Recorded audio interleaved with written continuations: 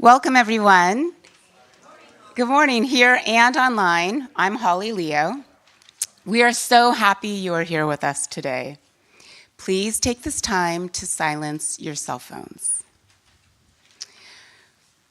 Craig Stephen Phillips is with us today. Yay! And his Dharma talk is Be Love Now.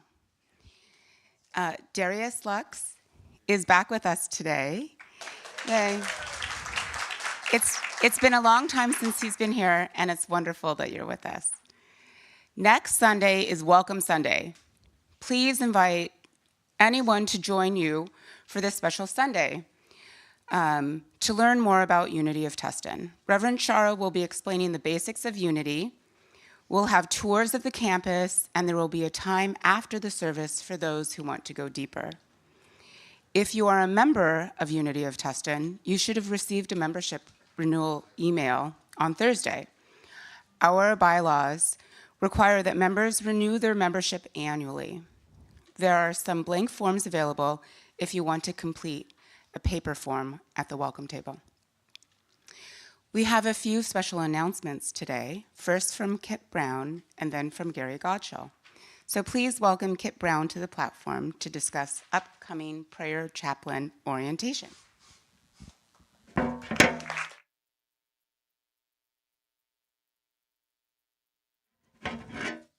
Thank you, Holly. I'm Kip Brown, and I'm one of your prayer chaplains. I'm one of the new ones. I took my vow last year, and I'm here to invite you to consider this in your own heart. So are you called to be a prayer chaplain? Perhaps the idea of becoming a prayer chaplain maybe popped into your mind after you received your monthly call from a prayer chaplain, or perhaps you've prayed in the garden with one of us. And perhaps just in a moment of silence, meditation, or contemplation, you might have felt it in your heart. Prayer is the founding principle of the Unity movement. And once per year, our prayer chaplain ministry invites Unity of Tustin members to attend our annual orientation and training to join our prayer chaplain team. Are you called to the idea of holding a prayerful consciousness and to reach out to others in prayer? Well, I heard the call last year, but I didn't think I could meet the requirements to be a prayer chaplain. So I told God, thanks for calling, but you got the wrong number. But, that still small voice didn't let up, kept tapping right there. And so finally I thought, okay, well, there's no requirement to come to the orientation. And I could learn more about, what it really is and maybe get a sense of why that keeps touching my heart. So I attended the orientation, and sitting in a room with people dedicated to sharing their hearts in prayer touched me so deeply, and I knew for sure that this was my calling. And what I learned is that when I let go and I let God take over, all those barriers disappear. There was nothing in the way of me expressing my divinity with you in this way. So, I just want to say being a prayer chaplain is the greatest gift that I get to give all of you, and the gift I get in return is even greater than I ever imagined it could be. So please come to our orientation. It's next Sunday, February 23rd, after services from 1 to 2 p.m., and it's in the Youth and Family room across the way. And then the prayer chaplain training is on Friday, March 21st from 7 to 9 p.m., and on Saturday, March 22nd from 10 a.m. to 4 p.m. Now, at the orientation next week, we'll talk about our experiences as prayer chaplains and the training that you and all of the prayer chaplains receive every year, and the commitment to serve, and the commitment that is required to be able to serve. Just come. If you're mildly curious, it will be awesome just to be in the room with all that love. Thank you.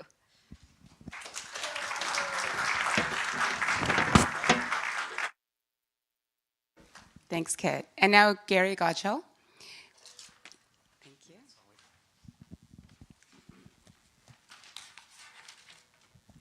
Good morning. Good morning. I'm here representing the election committee for our board of directors. This is our time each year that we take a look to see who we have available, who's interested in serving, and make it possible for them to run on the board. This week, the first week of March, 2 positions will be open to be filled from expiring positions. And qualified candidates will be voted on by our community during this time. Board members, and you probably have heard some of our platform speakers address this, but board members have a unique opportunity to actually serve each other in the process of doing church business. As you know, sometimes doing church business, family business, and so on can be a challenge. And so we get a chance to see what's going on in ourselves and work through that. And we have a great team that can help move through that. We have 2 open positions for this and 2 candidates so far. But we really want to have some more people on the bench just to strengthen our leadership and our depth for being able to handle things that come up in the near future. So if you've had any idea and want to share some of your vision of what the church, what you can, ideas to share about the church, your vision and so on, please think about applying. And if you get on the board, that's an extra step that you actually can have to work with other board members to move that forward. So 2 positions that are currently, or 2 people that are currently offering candidacy are Zelda Benson and then Adam McDonald.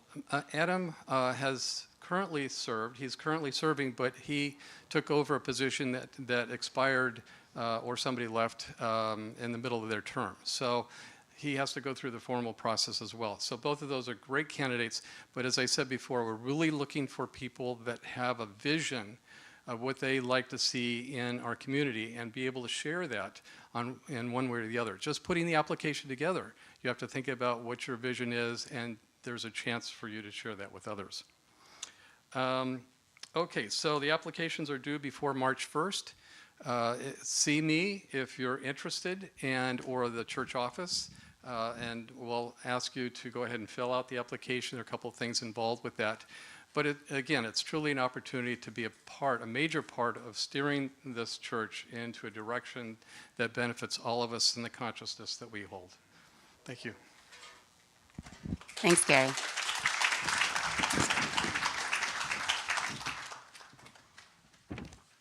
All right, just one more thing.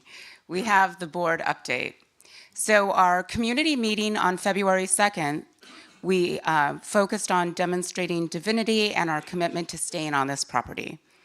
In order for that to happen, there are a number of activities that we are pursuing, including the establishment of a preschool. The preschool plan is moving along, although there have been some recent complications with the approval needed to accommodate infants. So we're working on that. And then just a reminder, the annual meeting will be on March 23rd, and it will be a review of 2024 and looking ahead to 2025. So please plan to meet with us then. And now please stand for the congregational song.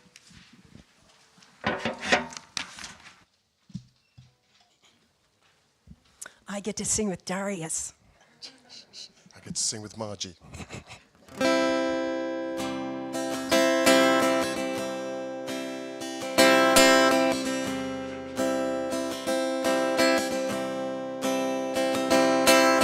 You are sacred love, sacred love is all that you are. You are sacred love, God, sacred love is all that you are. Show the way, God, show the way. I want to live in such a state of grace. Lead the way, God, lead the way. I want to live in such a holy place. Such a holy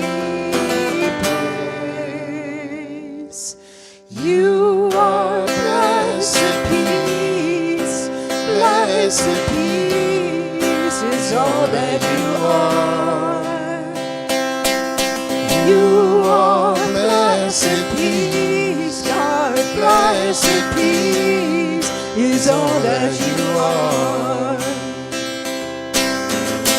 Show the way, God, show the way. I want to live in such a state of grace. Lead the way, God, lead the way.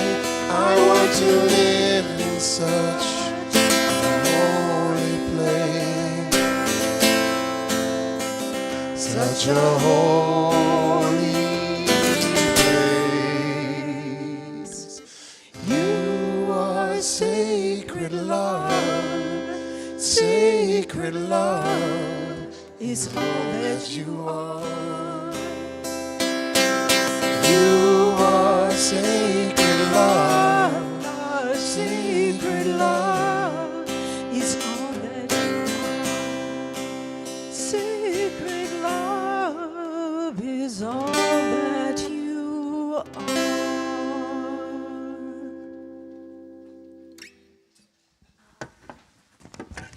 Beautiful. Good morning, Unity of Tustin.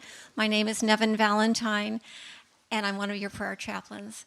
And I want to tell you that the very first time that Daryl and I came to service 13 years ago, this coming up month, you were all singing this song. And I thought it was the most beautiful song that I'd ever heard, and it still is. We are all sacred love. Don't you love that song? So let's just take that in as I'm going to light the Christ candle, and then I'm going to read the daily word. And we light the Christ candle to remind us of that sacred love that we are, that divinity within us, all of us.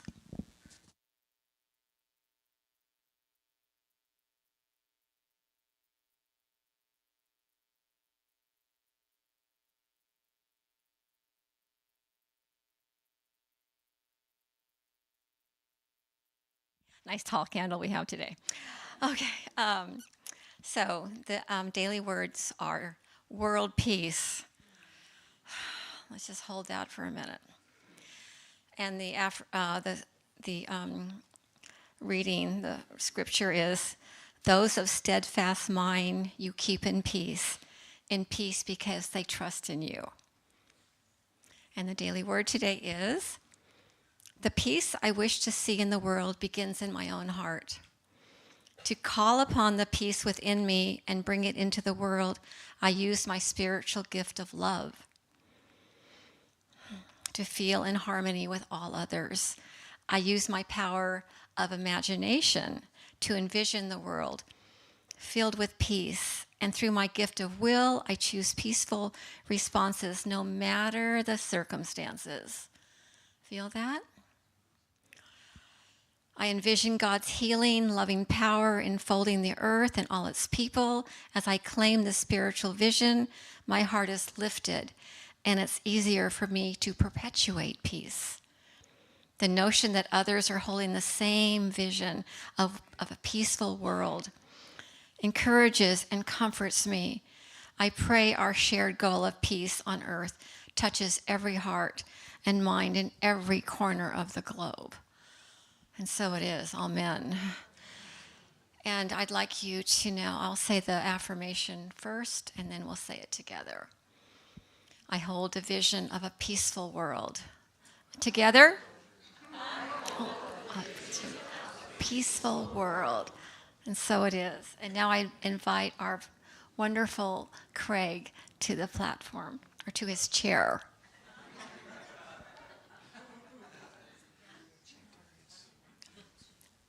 Or does Darius have, a song? I don't ever get to introduce songs.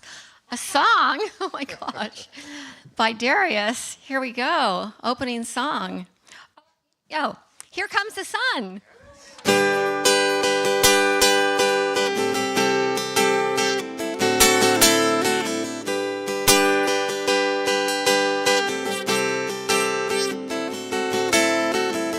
Little darling, it's been a long, cold, lonely winter. Little darling, feels like years since it's been here. comes the sun. Here comes the sun, and I say it's alright.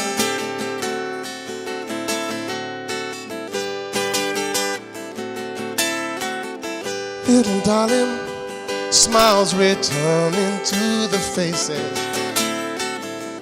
Little darling, feels like years since it's been here. Here comes the sun. Here comes the sun, and I say it's alright.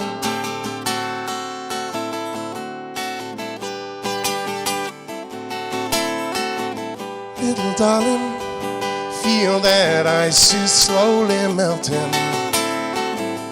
Little darling, feels like years since it's been here. Here comes the sun. Here comes the sun, and I say it's alright. It's alright. It's alright.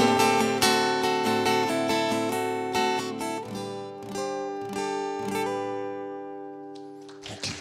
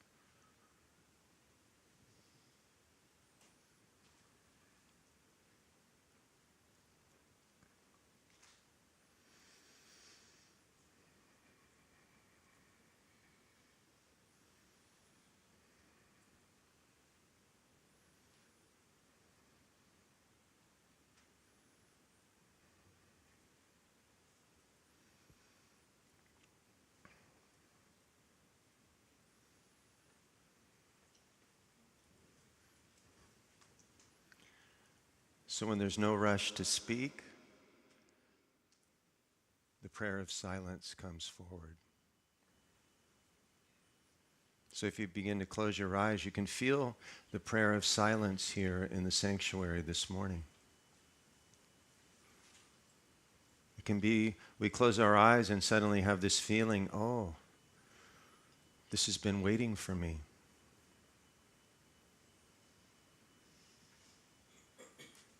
And its arms are wide open this morning, these arms of love, this sacred love that we sang about, is waiting to welcome us back into its embrace.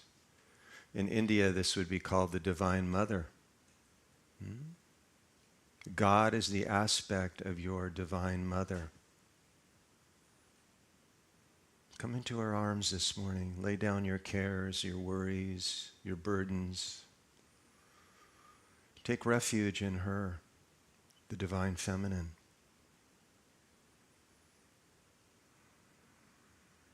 And as you take refuge in her, take a breath as if you have an opening in the middle of your chest. Let the breath flow as if you're breathing the breath of God, the breath of the Divine Mother. And this breath is pure love, pure compassion. In fact, there's no difference between your breath and love now. And the prayer is love as you breathe into the heart. And if you find heaviness there, or your worries or your fears this morning, let it go. Breathe it out. Breathe it out.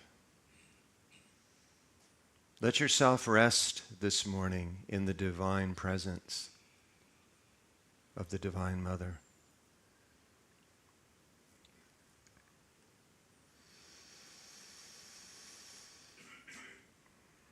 And in that presence, you feel this morning that you are on your knees with devotion to that love, to the Divine Mother, who is that love in your own heart.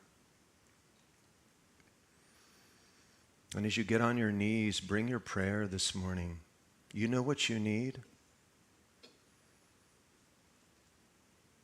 Yeshua said, ask in secret, and you will be given what you need. Ask for what you need most of all this morning, and know that you are given in the language of your own heart.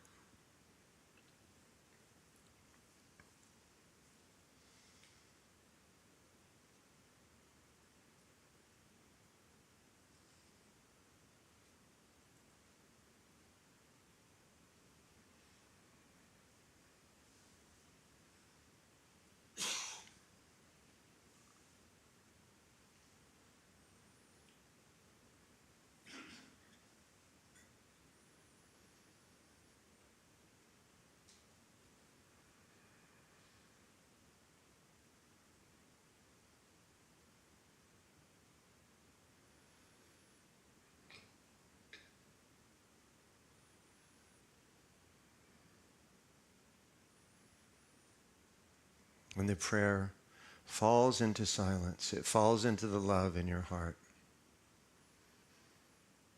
where everything is fulfilled. Every prayer is answered already, right now.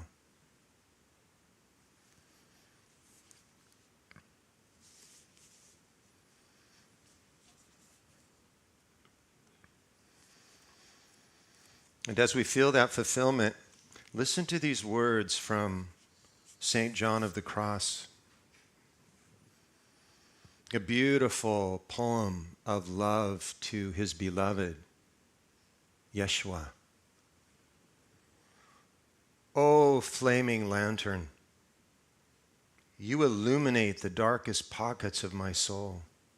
Where once I wallowed in bitter separation, now, with exquisite intensity, I radiate warmth and light to you, my beloved. How peacefully, how lovingly you awaken my heart. That secret place where you alone dwell within me. Your breath on my face is delicious, calming and galvanizing all at once. How delicately, how lucidly you make me crazy with love for you.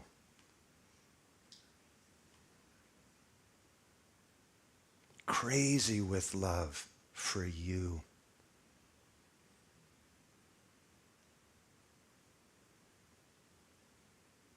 Feel that love this morning for the divine.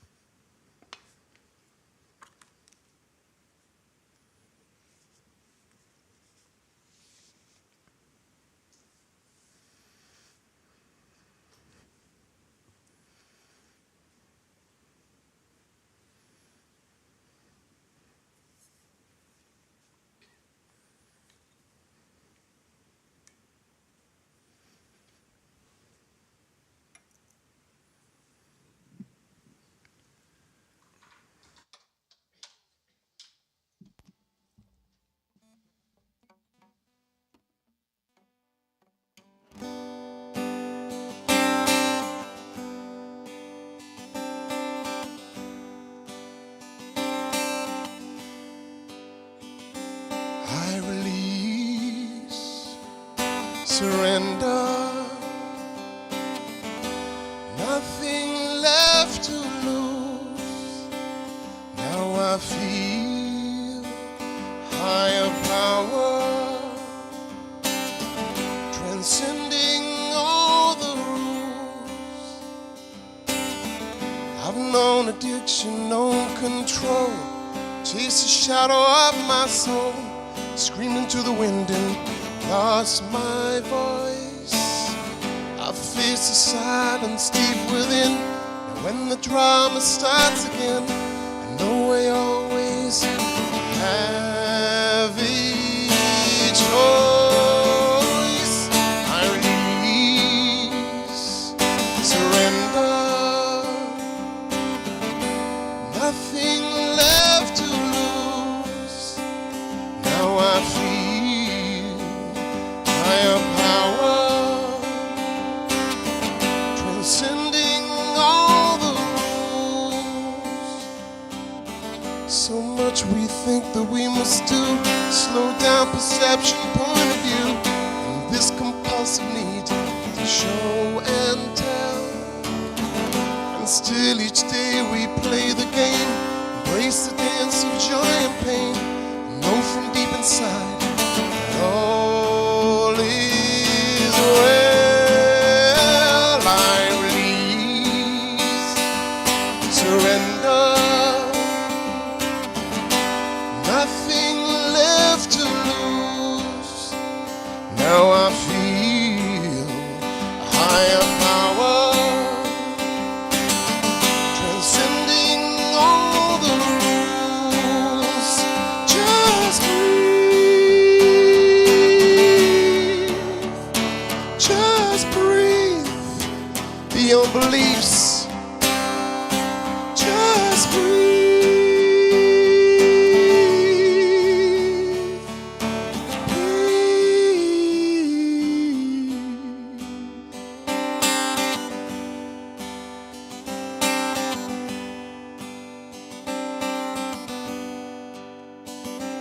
I release, surrender,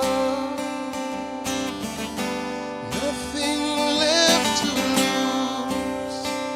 Now I feel higher power transcending all the rules. I release, surrender, nothing left to lose.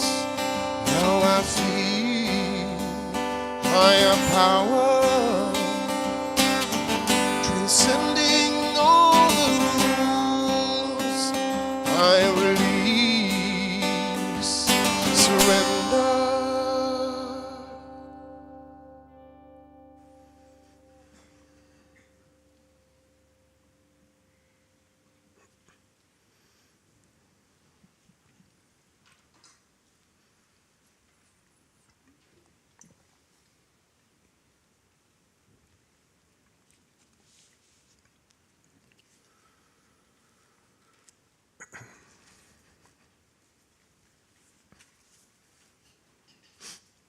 As we come to meditation, though for many of you, you can notice that meditation is spontaneously happening already. There's nothing that you have to do to make it happen. Meditation happens through grace. We just open. We just sit still. And we say to God, "Thy will be done." I'll sit here forever if I have to, until I feel your divine love. I'm willing. I'm willing to wait forever. I will surrender forever until you come to my heart.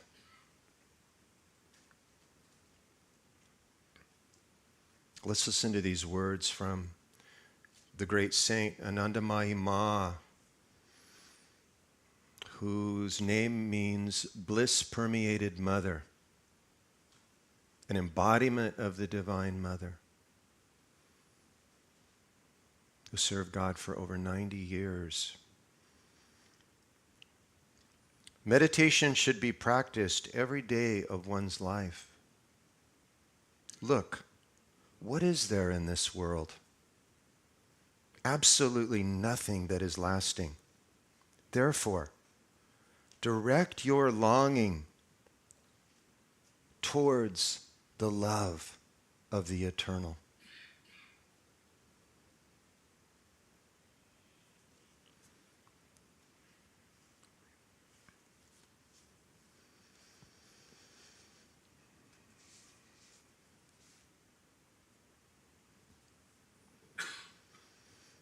As we meditate together this morning, I invite anybody that wishes to touch your heart in the middle of your chest. You can put your palm there. You can make the gesture that Yeshua made with his 2 fingers, touching and pointing to the Sacred Heart. You can fold your hands together in a pranam to that love with the back of your hands touching, whatever is comfortable. But if you're called, make contact with your heart.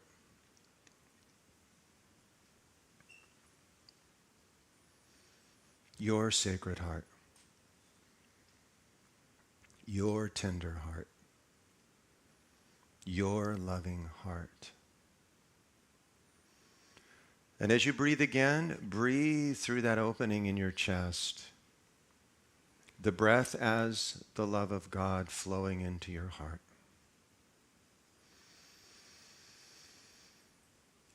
As you breathe out, letting go again of the cares and the worries and the fears and so many of the things that simply do not matter right now.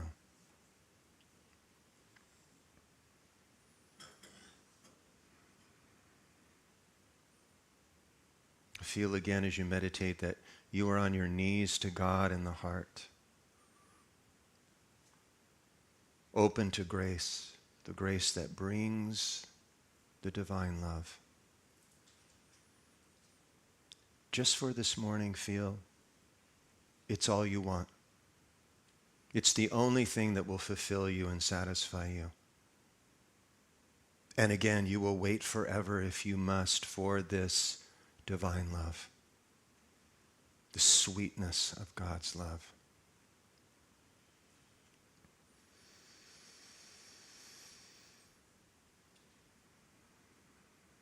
As you breathe and continue to breathe the love of God into the heart, you might lift your interior gaze just slightly, comfortably, which will help you to focus on the breath and focus on this flow of love into your heart.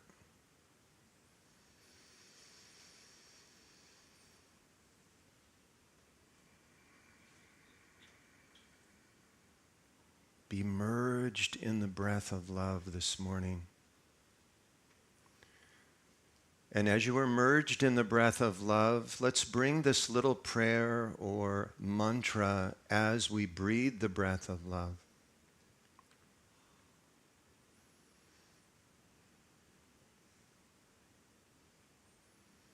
As you breathe and continue to breathe the love, repeat internally to yourself, I am the loving awareness of God.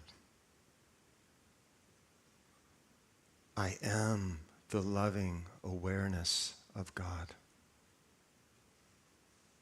I am the loving awareness of God. Continue to repeat this to yourself as a prayer, a mantra, as if nothing else matters but this prayer to you this morning. Feel the truth of it. When your awareness drifts away from here into thought, into future, at that moment, notice you have woken up again. All I want is my beloved. And fall back into the heart and into the words, the prayer. I am the loving awareness of God. I am the loving awareness of God. I am the loving awareness of God. I am the loving awareness of God. I am the loving awareness of God.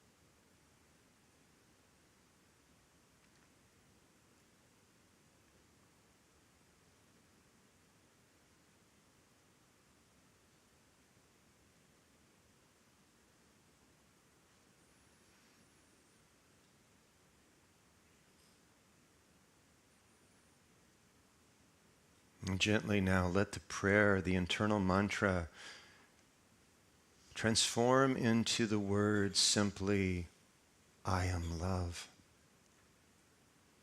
I am love. Internally in the heart repeating the truth, I am love. I am love. I am love. I am love. I am love. I am love. I am love. I am love.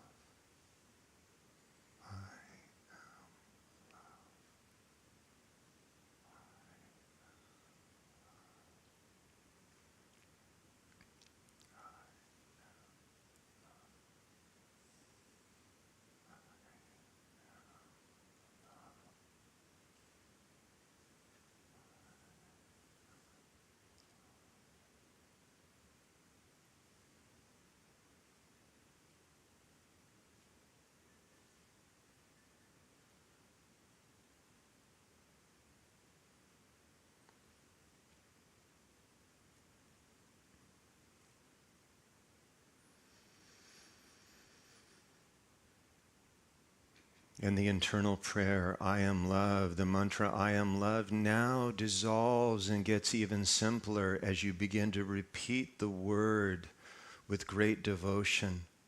Just simply repeating internally in the heart the word love, love, love, love, love, love, love, love, love, love, love,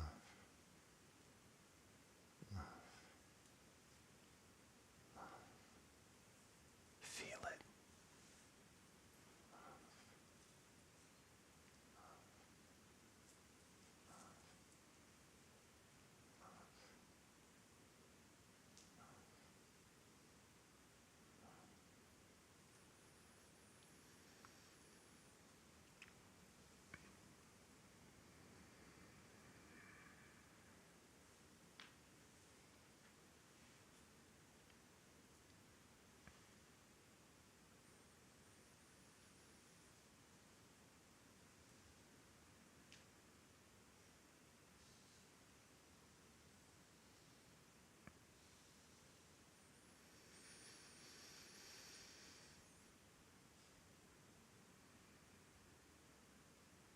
As we move through the rest of the morning together, as I say a few words, though what really could be better than this experience of divine love?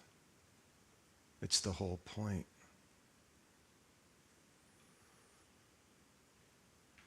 As we hear in the Gospel of John,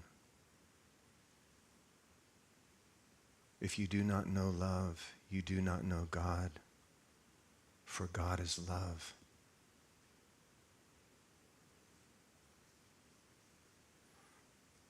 Once we merge with love, we know God very, very well.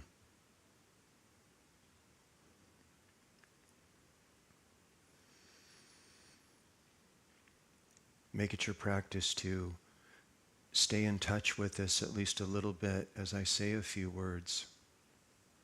You can keep your eyes closed if you like. Rest in that love.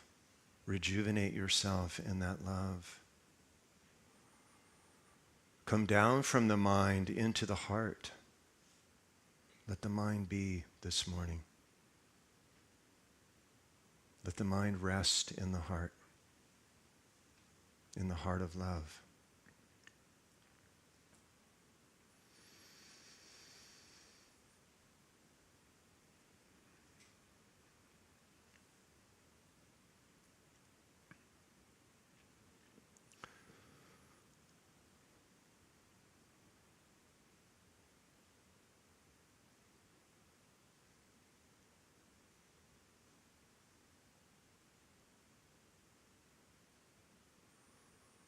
So the original title of this Dharma talk today was going to be All You Need Is Love.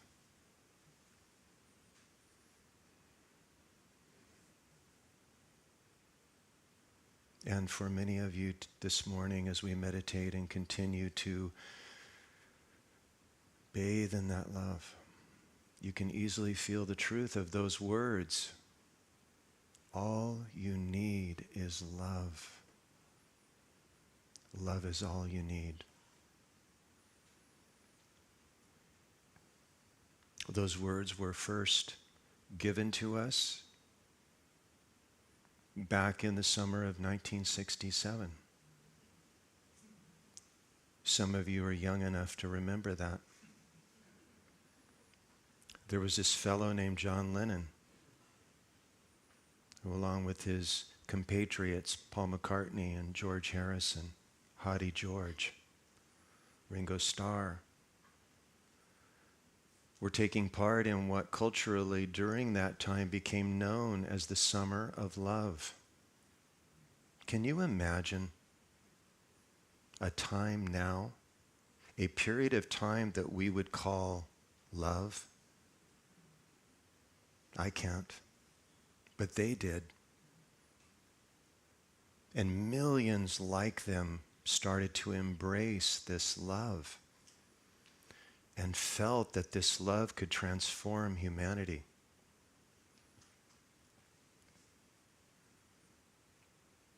The interesting thing about this song is that, as far as I know, it's the first time that love had been sang about, or there was a song about love that was not of the romantic variety.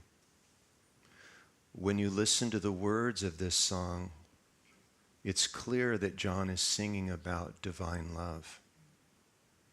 He's not talking about go out, find the right girl or guy, and live happily ever after. This was quite groundbreaking. There's really not been many songs since then that we hear on the radio, particularly that go to number one, as that was that summer, that are about this kind of love. Think of it. They believed this because they were experiencing that. They were under the influence of meditation. It's the truth. They had been introduced to meditation very recently, around that time that John wrote this song. Many of you are familiar with transcendental meditation. That's what they had discovered. And that is infused, this feeling of divine love is infused in this song. I recommend, for those of you who haven't heard it or want to hear it again, listen to it with fresh ears. I'm going to read the lyrics. I wasn't going to, but I have them here. Because you may hear them in a new way. John in this song basically runs down a litany of things that you may think will complete you or make you special. You're not. Anybody can do them. But the one thing that nobody can do for you is give you that love that is in your heart. And in that love, that's all you need. And that's all the world needs as we bring that love into the world. He says, and by the way, I could do a Dharma talk just on this song. That's how deep it goes, honestly. Honestly. He did another song about 6 months later called Across the Universe, which I could do a whole Dharma talk on as well. But he said, there's nothing you can do that can't be done. Isn't it true? We think we're so special, we're doing something special. Listen, there's 1 million people who can do that. There's nothing you can sing that can't be sung. You may think you're a special musician and you have a special voice. There's someone right in back of you who's got just as good a voice, just good ability to sing the song. There's nothing you can say, but you can learn how to play the game. It's easy. There's nothing you can make that can't be made. Isn't it true? Build the biggest bridge, the highest skyscraper, can build something on your erector set. Somebody else can do that. There's no one you can save that can't be saved. There's nothing you can do, but you can learn how to be you in time. It's easy. All you need is love. Love is all you need. There's nothing you can know that isn't known. And John's talking about intellectual knowing here, isn't he? Anything you find out in a book or you think you know, somebody else can come along and know the same thing. Eckhart Tolle has said that when you meet people that are filled with their intellectual knowing, what they hate is meeting somebody that knows more than they do. Oh my God, their ego is so threatened. Well, I don't know about you, but I studied 5 more years at that PhD or whatever, you know? And Eckhart has said, Eckhart was so educated, he said, there was always somebody waiting that had more education than me. And he had a lot of pride in what he knew, right? Intellectually. This is what John is talking about. There's nothing you can know that isn't known. There's nothing you can see that isn't shown. There's nowhere that you can be that isn't where you're meant to be. That line, by the way, that's a spiritual path. Where you're sitting right now, breathe it in. It's exactly where you're supposed to be. And every step you take, everywhere you go, will be exactly where you're supposed to be. If you open to this truth. But where are we usually? I don't like being here. Maybe some of you right now are thinking, boy, I should have stayed home in bed. That would have been could have had a mimosa. Instead, I'm listening to this guy go on about love, love, love. Right.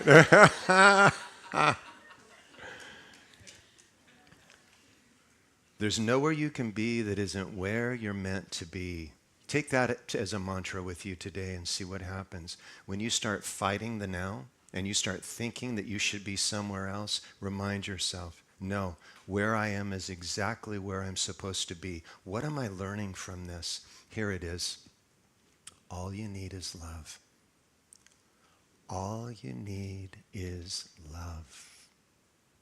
All you need is love, love. Because you know in Britain they call ladies love, right? Hello, love. All you need is, isn't that a great wordplay? That's Lennon. All you need is love, love. Love is all you need. And then the song fades out with the Beatles for about 2 or 3 minutes just singing, love is all you need, like a mantra. Love is all you need. There's a reason for that. Love is all you need, right? Love is all that we need. At the same time that the Beatles were finding meditation in the summer of love, there was a man named Ram Dass who that very same year traveled to India. He was one of those very early pioneers that went to India. His name was Richard Alpert when he left. Some of you know about Richard Alpert. I won't go, again, I could do a whole Dharma talk on Richard Alpert. He was really something. Okay, he was a PhD Harvard professor, and him and this guy named Timothy Leary did a bunch of experiments in expanding their consciousness with psychedelics. And by the way, psychology is getting back to a more balanced view of psychedelics as a way to relieve depression, open people's minds, and help them to stabilize in their emotional depth. But at the time, those weren't even illegal. But Harvard caught on. They didn't want to be funding 2 guys that were doing these experiments, so they fired Leary and they fired him, and Richard Alpert was in despair, and he decided for some reason to go to India. By the way, he didn't go looking for a guru. He didn't go looking for God. He said he went because he was going to ask the sages and the seers over there what all these maps of consciousness were. I don't even need to go into that, and he would laugh at it now, Ram Dass. Oh, what was all these levels that we saw when we were on these trips and all that? Was beside the point. He got over there, was in despair, didn't find what he was looking for, had been there a while. 2 days before he left, he happened upon this old man named Neem Karoli Baba, who's affectionately known as Maharaji. Maharaji, I'll just sum it up this way, blew Ram Dass's mind. Ram Dass didn't leave in 2 days. He stayed 6 more months to study with Baba, Neem Karoli Baba. And on the eve, when Baba finally sent him away and said, time for you to go back to America, Ram Dass got a message from Neem Karoli Baba, and Maharaji told him, he said, I give you my blessing on that book you're going to write. Ram Dass, who's now called Ram Dass, Maharaji gave him the name. Ram Dass means servant of God. From Richard Alpert to Ram Dass, the servant of God. And Ram Dass thought, what's he talking about? A book. Well, after he came back, he was to write one of the masterpieces of spirituality called Be Here Now. He always says he didn't write that book. Maharaji wrote it through him, right? And Ram Dass's whole life became about being an embodiment of love. And so the title that I took for this talk today was Be Love Now, which was one of the last books that Ram Dass wrote before he passed. Before he passed, about 20 years, he had a debilitating stroke. And out of that stroke, he was literally like a child. And just a little sidelight. Some of you may know this. Some of you might have been here. I believe the first appearance that Ram Dass made in public, he flew from Hawaii, which was very difficult for him. He was in a wheelchair. Unity, Marge reached out to him at the time and asked Ram Dass if he would come to Unity and speak.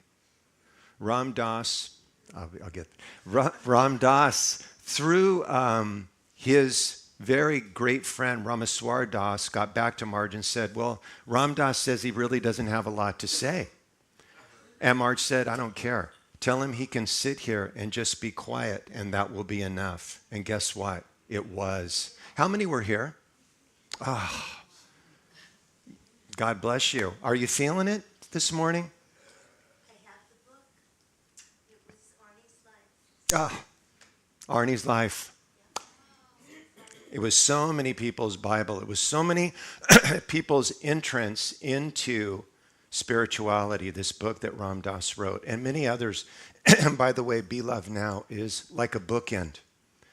Be Love Now, he actually wrote very close to Be Here Now, but it sat on his shelf for about 40 years, and he finished it after his stroke. But he came and he sat right here. And true enough, he didn't say much. He would say things because his speech really wasn't there. And there would be these long periods of, as we heard in St. John the Cross, this delicious silence. And everybody would commune with God in that silence. Because Ram Dass had become to the point where he was an embodiment of divine love. Be love now. That was his whole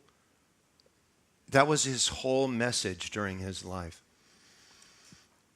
That the love that is in our own hearts, which is available through grace, is what will transform our lives.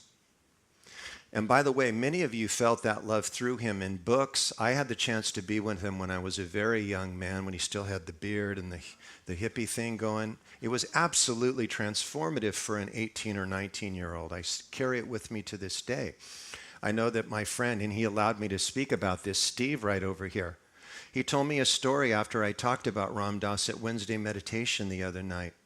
He said that they wrote about it in the Orange County Register. Steve and Pam had never been here before. Steve cut this article out about Ram Dass, and he put it on like a tack board. And for 3 years, he looked at that tack board and that story about Ram Dass, though he had never met him for 3 years. Finally, he came to Unity, and when he left, he went home and told Pam, I found my home. And they've been coming ever since. That's grace, right? A story about Ram Dass, who he didn't even know, leads him to Unity. That's the way love works, right? Pam wants to say her name's Peggy. Peggy.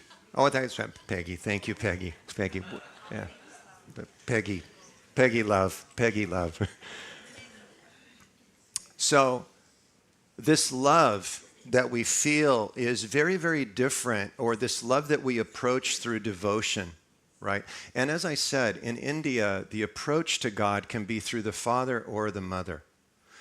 This love that calls us into the heart of the Divine Mother, this tenderness. It can feel elusive sometimes because what we're given in the West is another view of love, aren't we? If you listen to popular music, if you watch popular culture, if you watch movies, it's all about, and those of you that watch the Hallmark Channel know exactly what I'm speaking about. I think last year I mentioned, this is Love-uary. If you watch a couple of those movies, you will get the warped Western view of what love is. What they show you is the happy ending, and then Adyashanti said, what they don't show you is 3 years later, they're standing in front of the divorce attorney. I can't believe that I fell in love with this guy in 2 weeks during Christmas. I've had it with him, you know? It's all I've had it. That's the other side. This is emotional love, right? And we're taught from the time we're young. Some of you are even teaching your children, or our children grow up with this warped view that if they just find the right person, they will be fulfilled. We're not enough. I know that's what I grew up in. I was a rock and roll guy. Every song was about this. It was either about finding the girl or crying when you lose the girl, right? And you were like this. Oh my God, where's that love at? In between, not much love, only drama, right? Years of drama, you're like this. Luckily, those years of drama for me, it led me to in my early 20s or so to say, much like Ram Das did when he went to India, and many of you have done in your own spiritual path, there's got to be more to life than this. This upheaval. This constant like this. And if it's not romantic love, then it's your business or getting a degree or whatever. But I'm speaking about romantic love today. And then you find the right one. And what happens? Oh, my whole life is complete.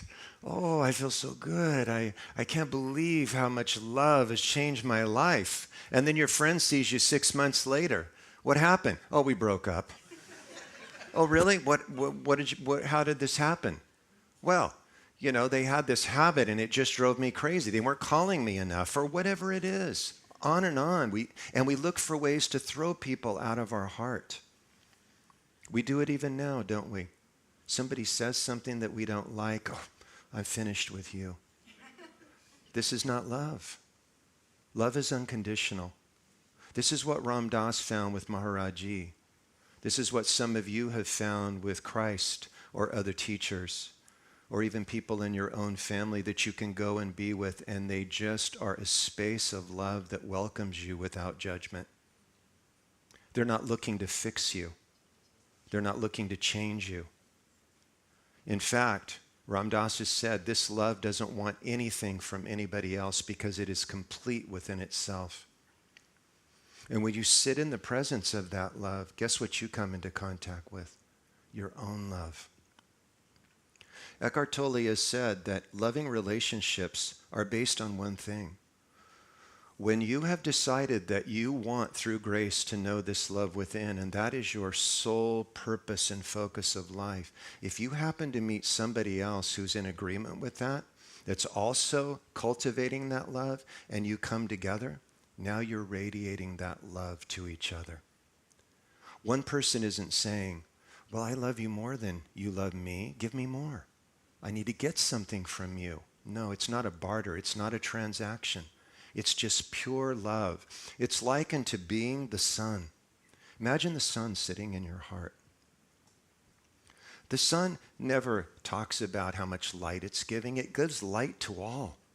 This love comes and it is indiscriminate. It showers itself on everybody that it meets.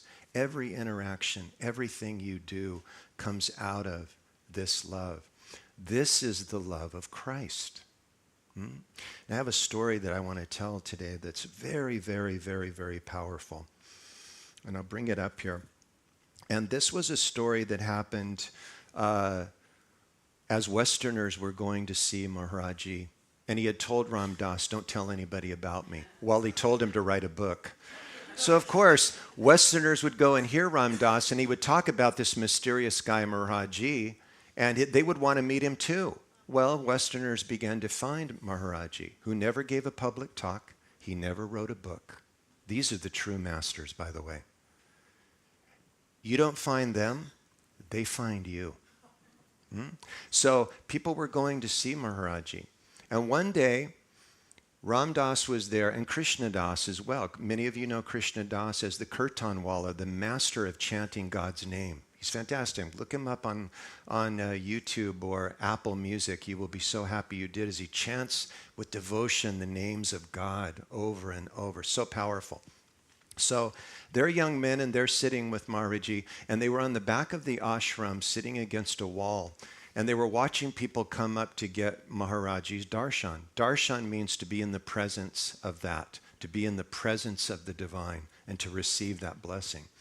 So this man came in from Canada, and he sits down and he tells Maharaji through his interpreter, I don't really know why I'm here. I wasn't even looking for you, but something drew me into this ashram, and now I'm here in front of you. So he sat there. And the Canadian tells the story that I felt like I should ask Maharaji something. So I just blurted out, how do you meditate? Maharaji closed his eyes for a moment. You can imagine him. All he ever wore was just a woolen blanket. He closed his eyes for a moment. When he opened them, he looked at the man and he said, you should meditate like Christ.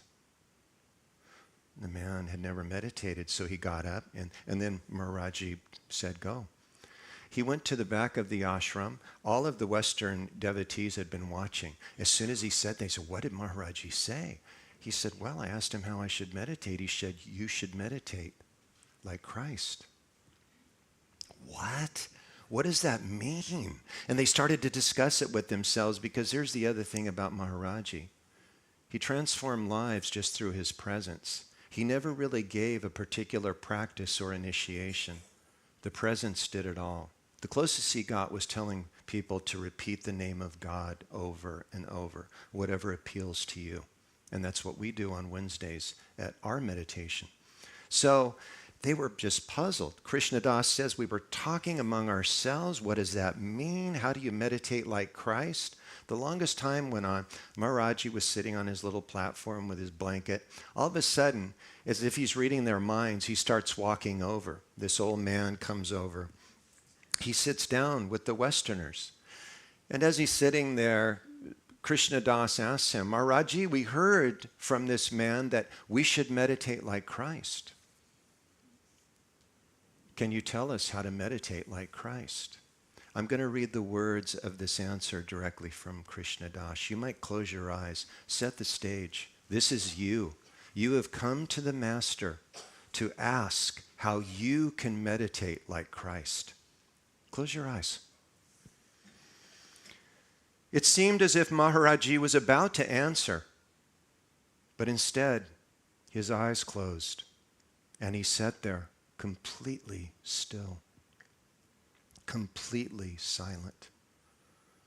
It felt like he had totally disappeared into the universe. It was extraordinarily powerful, as if the whole universe had become silent. Then a tear came down from his cheek. We were in awe. After a couple of minutes, his eyes half opened, and with great emotion, he quietly said, Christ lost himself in love. That's how he meditated. He was one with all beings. He loved everyone, even the people who crucified him. He never died. He lives in the hearts of all. He lost himself in love. Feel it.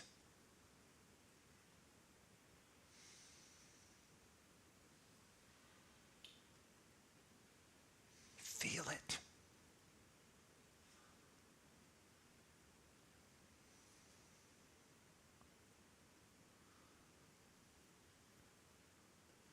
Everything is in that teaching.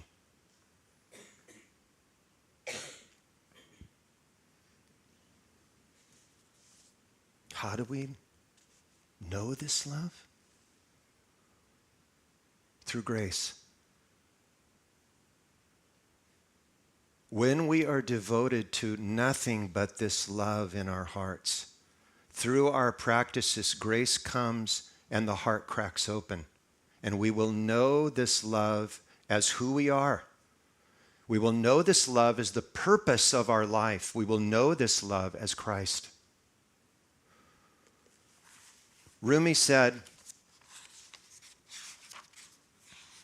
"Your task is not to seek for love, but merely to seek and find all the barriers within yourself that you have built against it. It is not outside of us. The spiritual path and the practices we do are tearing down the walls that we have built around our hearts to keep our love hidden. When we tear those walls down, the love we have been looking for is already who we are. It is present. It is now. And that love can flow from us like the light from the sun. And then we can bring that to our relationships. We no longer have to look for anyone to fulfill us with their love, because we have plenty of fulfillment in the love that we already are. Take a breath into your heart.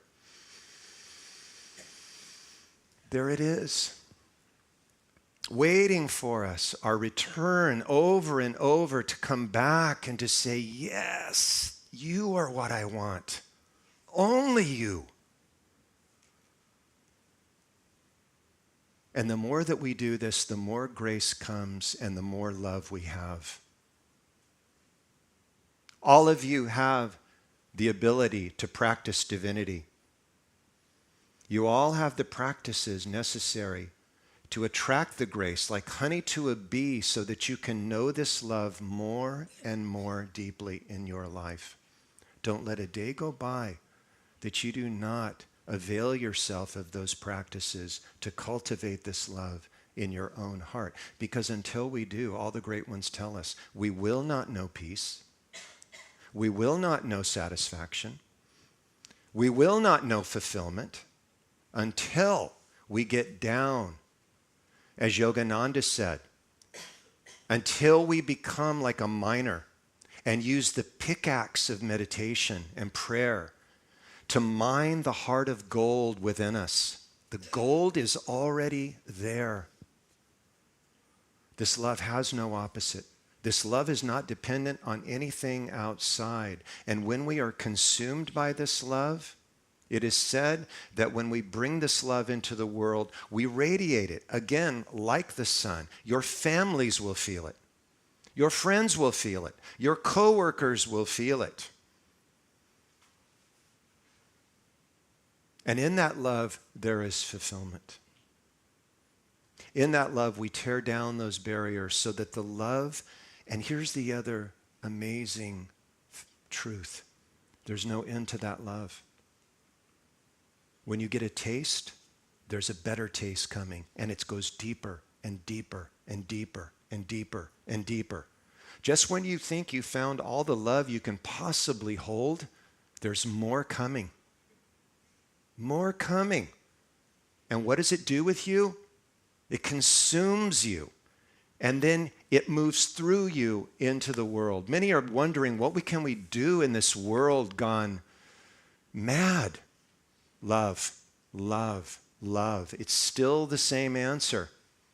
I say this almost every time I'm here. Those of you that believe that the answers will come through some politician or something that can be changed, that will all change. 5 years from now, it will all disappear. Here's one thing that never changes. The unchanging is God's love. The unchanging is God's presence in you, looking through your eyes right now. When you know that love, you will know everything that you have been looking for, and you will find that fulfillment that you have been looking for only within your own heart. Avail yourself of your practices. Use the pickaxe of your practices to give yourself and to be consumed by that love. Let's close our eyes for just a moment. Get a sense as you close your eyes that you're meditating like Christ. Christ meditated. As you become still, breathe the love into your heart. Feel that love of Christ.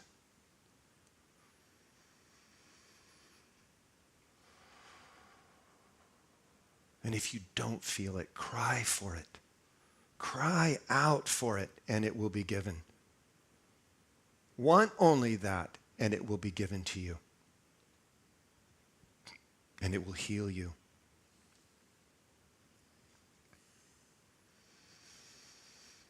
Feel the fulfillment of that love.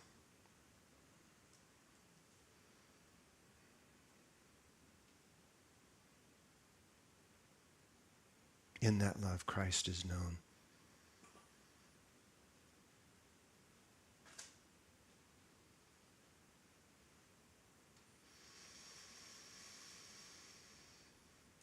All you need is love.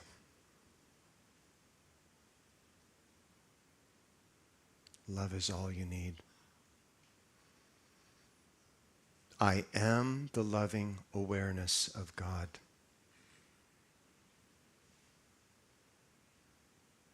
Everything else is an illusion.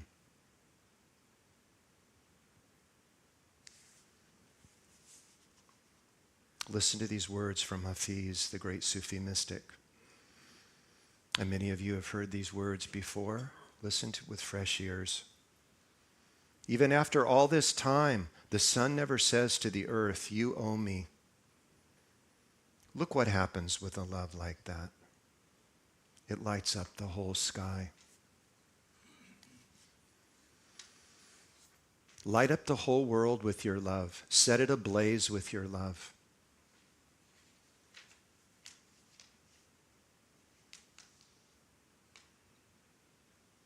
Love is all you need.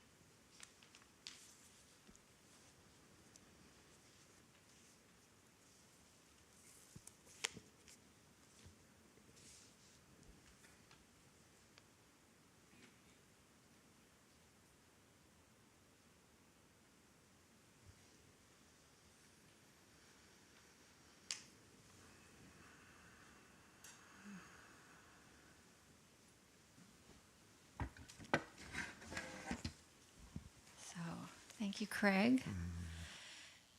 And Craig, you are pure love energy, blessing us all in this room. If you want more of Craig, I highly recommend his book, Living in the Flow. It's one of my books that I use in the morning for my morning time. And also another little pro tip is that if you want to do deep meditation, go on to the YouTube or the Facebook recording of Unity's service when Craig is here, and scroll to the meditation and put on your earbuds and listen to Craig guide you in meditation. So Wednesdays, many of you do. Avail yourself of this midweek and get refreshed in this love when you forget. We're here, 7:30s. You're more than welcome to come. yes, beautiful. Thank you. This was Thank you. incredible Dharma talk, was it not? Don't clap, because Shara doesn't. We don't want clapping. We just want to keep the beautiful energy. But I know you're with me. I mean, how fun was it to hear about the '60s? So all you need is love. When Daryl and I got married, that was the song that led us out down the aisle. So, yeah. Okay, so we'd like to welcome our new guests. Our new guests in person and online. Hi, everybody. And we are so grateful that you joined us today. And here at Unity of Tustin, we believe in one God, one heart, many paths. And our mission is to transform lives and inspire people to make a positive difference in our world. And let me give an amen to Craig's talk today, because certainly did that. We are a fully inclusive community of all walks of life, and we'd like you to know that wherever you are on your spiritual path, whatever your background is, we are glad you're here to continue your journey with us. Our ushers are now coming forward with a flower and information card. And if you are here for the first or second time and are comfortable doing so, raise your hand. Welcome to you. With pretty pink roses. Anybody else here? So, welcome. Oh, somebody else in the back. Hi, welcome. We invite everyone to join us around the hospitality table after service for fellowship and food and fun, and make sure to stop by the open door bookshop and reading room. And also, as always, we have our Reiki healing practitioners wearing green ribbons and our prayer chaplains wearing white ribbons. And Kit, you did a beautiful invitation to asking all of you to come to the orientation. My vision, and I think many Unity ministers' vision, is that everyone in the congregation becomes a prayer chaplain. It is a deep dive and a fast track to deepen your own prayer life. In addition, and we will be at the entrance to the meditation garden, ready to pray with you, and you can put your prayer request forms that are in the seat backs in front of you, and they're also at the table. There's slips to put it in the little prayer box, and they will be prayed for 21 days by our silent prayer team. There's always so much happening here at our campus of consciousness. And please make sure to check each Friday for our weekly e-newsletter and visit the welcome table right outside the door for more information about classes, events, and ways to serve our beloved Unity of Tustin community. Now is the time for our love offering as we share our financial gifts with our ministry. The various electronic ways are on the screen in front of you. We also pass offering bags to receive in-person donations, and as it comes by, we invite you to put your hand around it just to bless it and to connect with your own generosity and spirit of giving, and we're grateful for your faith. And now I'm going to leave and invite Craig to give the offering blessing. So as we bless the offerings, let's bless it with this incredible love, this ocean of love that we are sitting in together today. This our giving is love itself. The energy of love through our giving brings more love onto the campus. I say this every month, but for those of you that enjoyed getting here this morning and everything was waiting for you, wasn't it? The people that greeted you, the lights are on, the music is happening. Everything looks seamless, and the reason that it looks seamless is because of the offerings that have come through your love. So give with love and know that what you give will be returned to you tenfold or 100-fold. Okay? Thank you. Go ahead. Oh, yes. Divine love, as we blesses and multiplies all that we are, all that we have, all that we give, and all that we receive. Amen. Okay.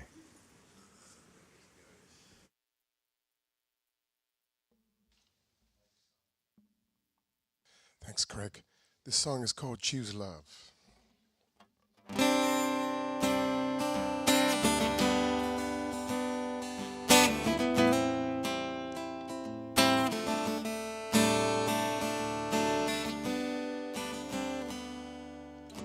So many choices in the world today.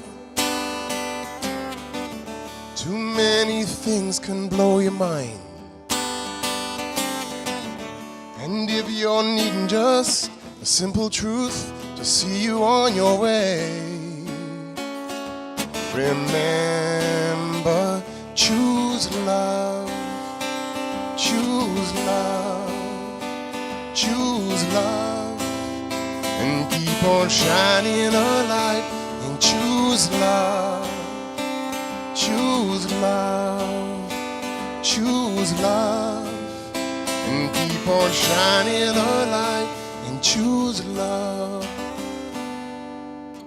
Life is a game that we're all free to play. You can hold it down or let it breathe. And if you're looking for a simple song to sing along the way, together choose love, choose love, choose love, and keep on shining a light and choose love, choose love, choose love, and keep on shining a light and choose love. Only love can move mountains, only love can lead the way. Love is always forgiveness, so make that choice right here today. And choose love, choose love, choose love, and keep on shining a light. And choose love, choose love, choose love, and keep on shining a light.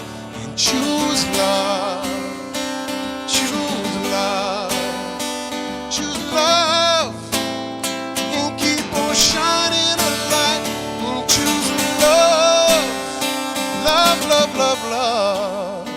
Choose love and keep on shining, and keep on shining, and keep on shining, because all you need is love. All you need is love. All you need is love, love.